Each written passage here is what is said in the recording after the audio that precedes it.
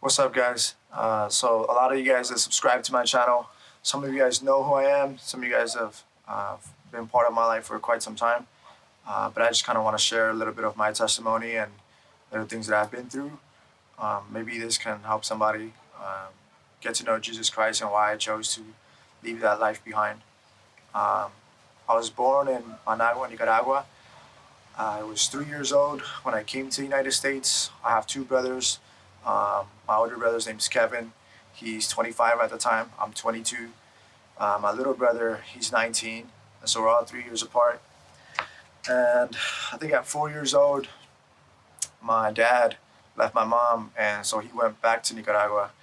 And we've been living in the same house since. And so my mom was going through a divorce. Um, First year here. Um, and I mean, she just had it. She definitely had it tough with three guys. We definitely weren't kids that were obeying and listening. We'd always go outside, and I think I was exposed to like bad words, cussing, and like all this other stuff by like the age of 10. I already knew what pornography was. I already knew what marijuana was. I already knew like what alcohol. I knew what it all was by the age of 10. Um, and I think I could fast forward my middle school years. I had like some nasty bowl cut, and I have friends that make fun of me. I had a mustache, like a little worm mustache, and friends would make fun of me. And I was somewhat okay at basketball, but that's kind of what I used to kind of fight back. Like, yeah, I may be ugly, but at least I'm better than you at basketball. But even then, I was made fun of. I was bullied. There was times where like kids would pants me and like push me. I was like choked at a time. I was bullied. Was made fun of because of my haircut. They called me Big Bird. They called me an Indian. They called me all these names that like it built resentment. And because of that, I cut my hair off, and I ended up getting this haircut. Like I cut it a little shorter, and then I got this haircut. I shaved my mustache, and I try to be like them. Like I remember being so loving, like a kid that would say goodbye and hug his mom and kiss her. And it got to the point where I wouldn't even do that. Like I wanted to be cool. I wanted to fit in. I wanted to be popular. And so I cut my hair, I shaved my mustache, and because of the culture, I started to buy into all those things, the partying, the girls, the drugs. Like I got involved in all that stuff, and I completely regret it. In high school's a blur. Like I went all my 4 years, just all I cared about was basketball and all those other things I named. That's all I cared about. Um, I got to the point where maybe my senior year, I was invited to church, to a Christian church, because I grew up going to Catholic church, but never really gravitated towards it.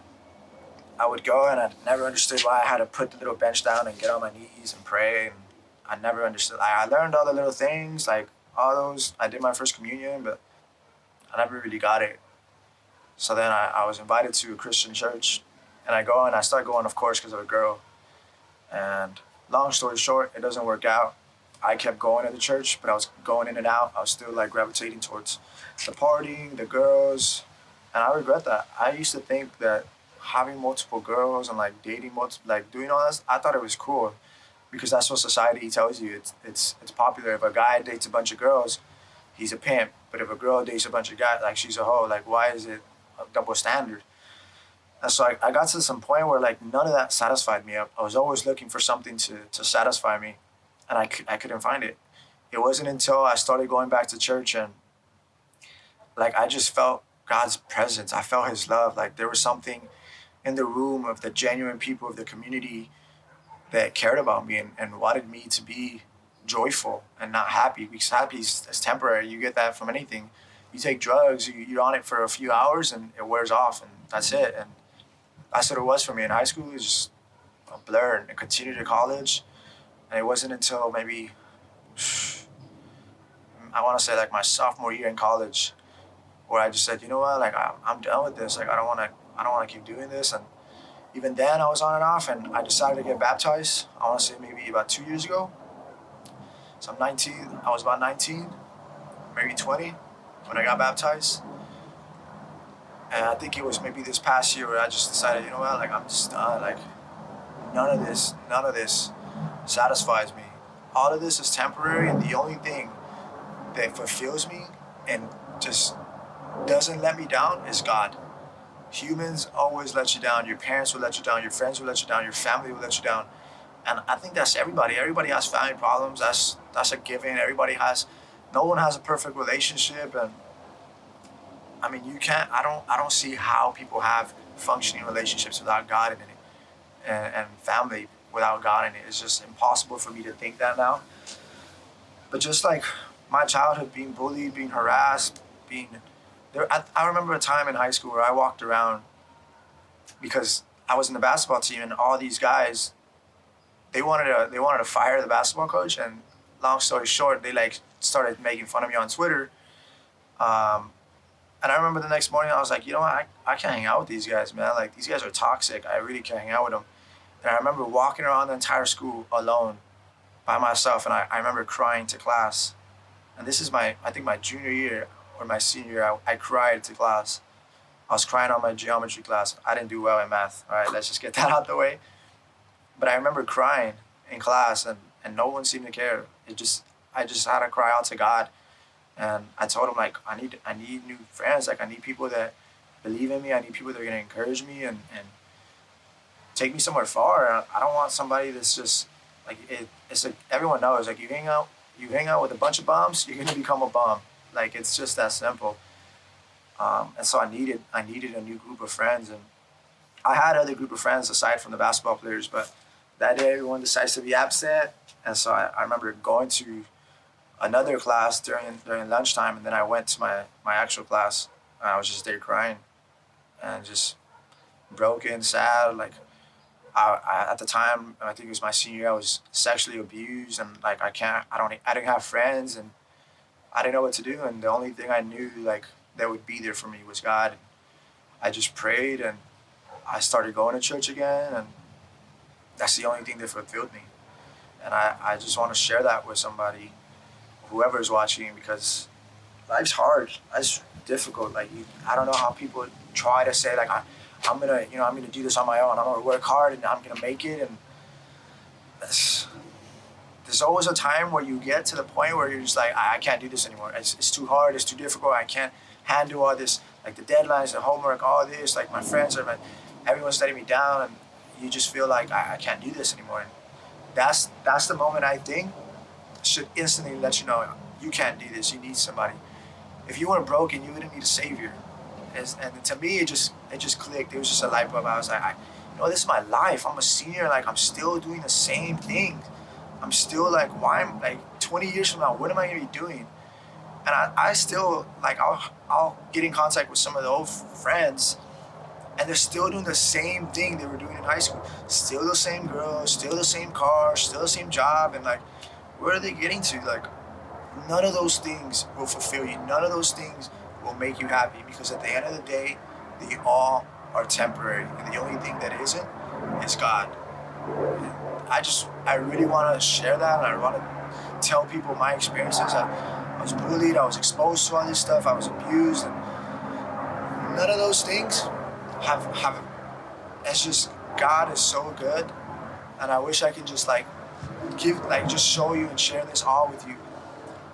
But it's hard because it's the society doesn't let you be vulnerable. The society doesn't like if you say something, if you go through something, someone's like especially Hispanic families like you better shut up, like you better go and do what you have to do, and that's not right. And God tells us, cast all your anxieties on me because I care, and that's what we should do. That's who ultimately we should be turning to, and that's just kind of.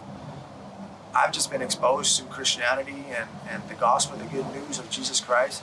He died for me. He took all my sins, and he knows I'm not perfect, but he forgives me and he gives me new grace every single day. And I just want everybody to know about him, because when I die, I know I'm going to be in heaven in his presence, and I want all my friends and all my family to be there. And so I want to share this good news. I want to share that though I've been through all the things that I've been through, I still remain standing because God's by my side and he's walking me through it. He's right there next to me, and there's no way that I'd be able to do this if it wasn't for him. And so I pray and I hope that this like maybe gravitate towards someone and grab your attention, and maybe you just come to church, or maybe you want to talk and we can hang out. Like you can message me, I'll put my email, and you can reach out, we can grab a cup of coffee, and I can share in detail like my experiences and why I chose to leave that life, because all that's temporary. So I just want to share that. So I hope that helps somebody, and I hope that you turn away from this life, because I know that we all get that feeling like, oh man, I know this is not the right thing to do. I know I shouldn't be here.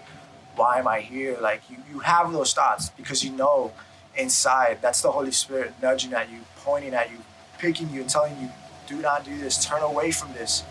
And we still fall into it. We still do what we know that we shouldn't do.